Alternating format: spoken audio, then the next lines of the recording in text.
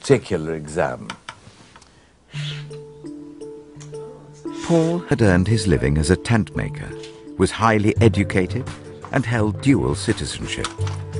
But first-century Tarsus had influenced his life in another way.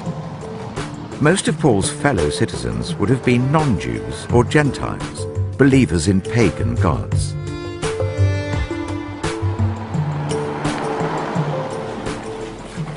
Sarah asked me to meet her again in the mountains above the city, where she had recently made an incredible discovery. Gosh, she's so clear. Wow, look at that. This is the goddess Athena. Athena. Athena.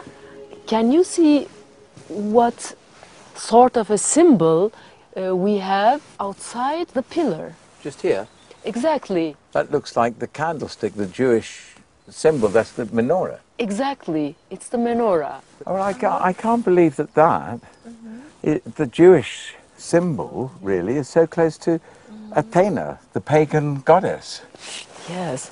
What does that say about the society here?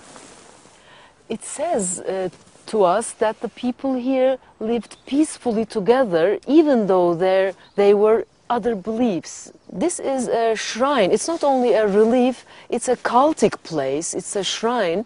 So we can imagine that Jewish people came together with the pagans and came to pray here. At the same time? At the same time. When was this carved into the rock? It was carved at the end of the 2nd century or the beginning of the 3rd century AD, the Roman period. So Paul would never have seen this, No. he wouldn't have seen this. But the same thing may have been going on at the time that he was around. Yes, why not? Yes. The Jewish menorah carved alongside the pagan goddess Athena spoke of a culture of religious tolerance. Tarsus appeared to be the sort of place where different peoples and religions could learn from and influence each other. Perhaps this sowed a seed in Paul, because he, more than any other, would be the person who would bridge the gap between the Jewish and non-Jewish worlds. A process he probably began on his return to his home city.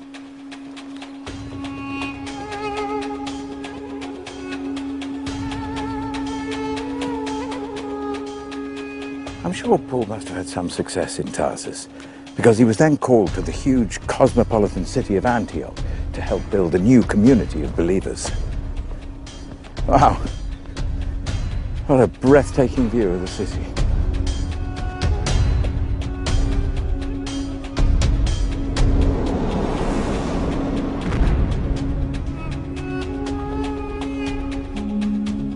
Today, the biblical city of Antioch is known as Antakya. On the outskirts of the city, I passed the magnificent Iron Gate, one of the few survivors from ancient times. And a little further down the valley, carved into the mountainside, was a site that tradition says played an important role in early Christianity. Helen. It's here that I met New Testament scholar Helen Bond. That's quite pretty, actually. It does, isn't it? This is St. Peter's Church, where, according to church tradition, the church at Antioch met, and St. Paul is even supposed to have preached here on occasion. Really? Yes. Who was he preaching to then? Well, it's really interesting because this is a mixed community of people, people from Antioch. Some of them are Jews, some of them are non-Jews, all kinds of people that have heard about the new faith and have been anxious to join. A lot of people in the ancient world were quite interested in Jewish ideas, the idea of monotheism, one God, the Jewish ethics. And so Christianity was a little bit like that. Clearly it was coming from a Jewish background. Yeah. I think also at this time there was an interest in people towards a sort of more personal kind of religion, perhaps something more than the gods of Rome were offering. He's also talking about something he believes, you know, the end of the world is going to come soon, you've got to prepare yourself, get ready. I think, you know, in this kind of place, a big, thriving city like this, Yeah. that might have been quite attractive to a lot of people. And Paul was an urban man, wasn't he? He was a city man, and he would have worked here, and would he have been comfortable? I think he would. I think he'd have been entirely at home in a place like Antioch. It was very similar in many ways to Tarsus, where he was from, and very different, I think, to the kind of places that Jesus and the disciples were used to. You know, they were much more rural men. For Paul, you know, he's part of this establishment. Yes. You know, he can talk to anybody in this city. He's perfectly at home here. Whereas I think it would have been much more difficult for the first followers of Jesus. In Antioch, the Jesus movement was building a bridge between the Jewish and non-Jewish worlds, and Paul's skills in talking and preaching to non-Jews made him the ultimate bridge builder.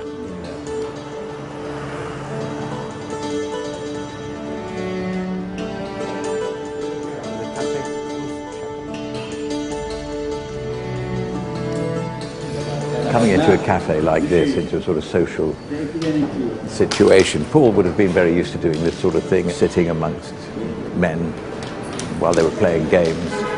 I don't think much would have changed in 2,000 years, and he might have taken advantage of the situation and started chatting about his beliefs. Something about Paul's message clearly rang true in Antioch. I wondered if Helen was right, that maybe he was offering a more caring alternative to the brutal norms of Roman society. Do not repay anyone evil for evil. Be careful to do what is right in the eyes of everyone. If it is possible, as far as it depends on you, live at peace with everyone. It was in Antioch that the followers of Jesus were first called Christians, but their numbers were small, too small for a dedicated church. Paul is said to have preached instead in private homes. It was a tactic that was to serve him well. Holding meetings in a house not only afforded a venue, but also gave him access to a wider network of family and friends who could help spread the word. When the Roman Catholics came here, they took their lead from Paul. Father Dominic. Oh, you're welcome. Hello. You can see where is today the Catholic Church. It is not a church in that time, it was a private house. But we know that the first Christians, they have the meeting in private houses, they called house church. So after 2,000 years, we are in the same situation. So you have a house church? We have a house church. Is that why there's not an official big Catholic church? No, it was a private house that we have managed to use as a church. Living and working closely with these non-Jewish communities, Paul came to understand that some requirements of the new faith could be a barrier to conversion. He adapted his message. But back in Jerusalem, that was seen as a threat to the purity of Judaism. High above the city, in the 6th century ruins of St. Simeon's monastery, I met Helen again. So what was Paul teaching that was so new? Paul was saying to the Gentiles that you can become part of the Jesus movement without first becoming a Jew. So you didn't have to be circumcised, you didn't have to keep the Jewish law. All you need to be part of the Jesus movement is to believe in what God has done through Jesus, the cross and resurrection. That's the central thing, and faith in that is going to save you. Nothing else really matters. And that was really radical, because this is the first time really that Gentiles have been coming into the movement without first becoming Jews. In Jerusalem, converts to the new religion were already Jewish. They kept Jewish law, and the males had been circumcised. In Antioch, Paul was converting Gentiles who liked the idea of worshipping the Jewish God, but weren't willing to undergo a rigorous conversion to Judaism.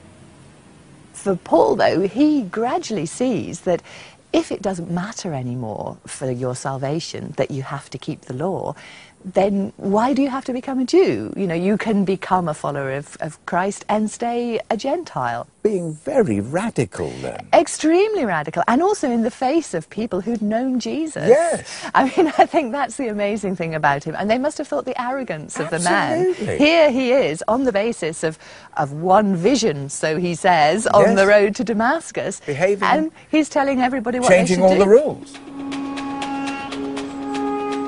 Paul had come to realize that the only way he was going to convert large numbers of Gentiles to Jesus was by dropping the need to become a Jew first.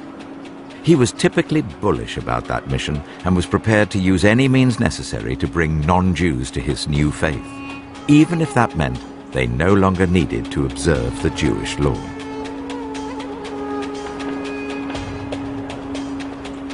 To those not having the law, I became like one not having the law.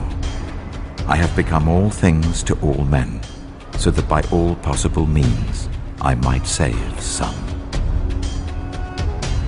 Paul had now set himself on a collision course with the leadership of the Jesus movement in Jerusalem. They summoned Paul back to Jerusalem to account for his methods in converting the Gentiles. Now, Paul was certainly heading for trouble, but it wouldn't be for the first time, or indeed the last.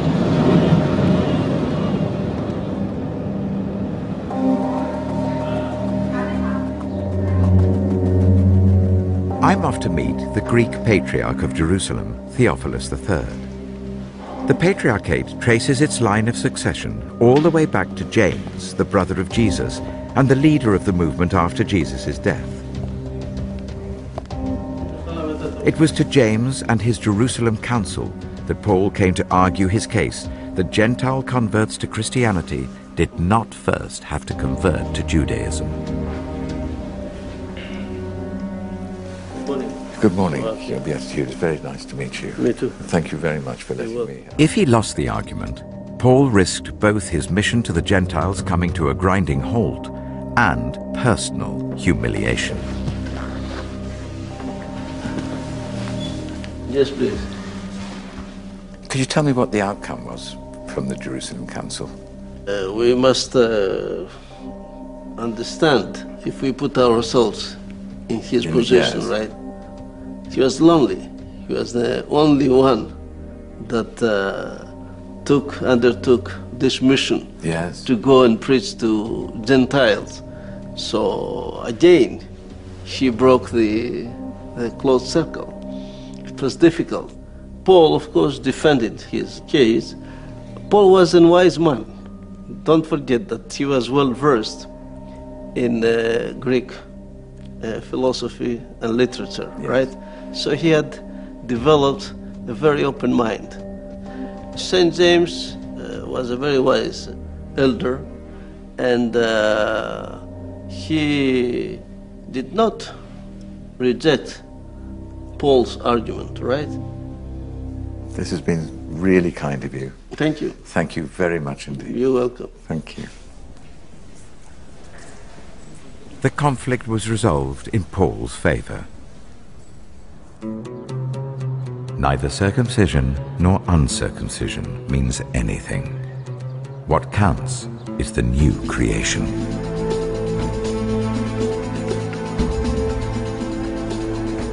Paul had won the day. He was now free to convert Gentiles directly to the Jesus movement without first taking them into Judaism. It was to be a key moment in the evolution of Christianity, which was now well on the way to becoming a new religion separate from Judaism. The whole Gentile world now lay before Paul. It was time to hit the road. By the middle of the 1st century AD, a grid of good paved roads and clear shipping lanes crisscrossed the Roman Empire. Travelers like Paul could now cover enormous distances swiftly and in greater safety than ever before. It's been calculated that during his journeys, Paul covered more than 10,000 miles on foot. See, I had to find a walk for Poirot, but once that was found, it helped me with the character so much. And now this is helping me understand Paul, how he walked, where he walked, the sort of road he would have travelled on, and the speed speed he would have walked tells me a lot about that man. I think he was a speedy man, very speedy.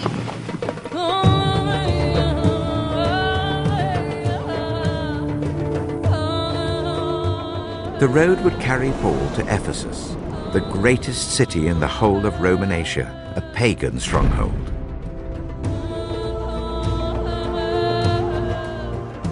The city was absolutely devoted to the fertility goddess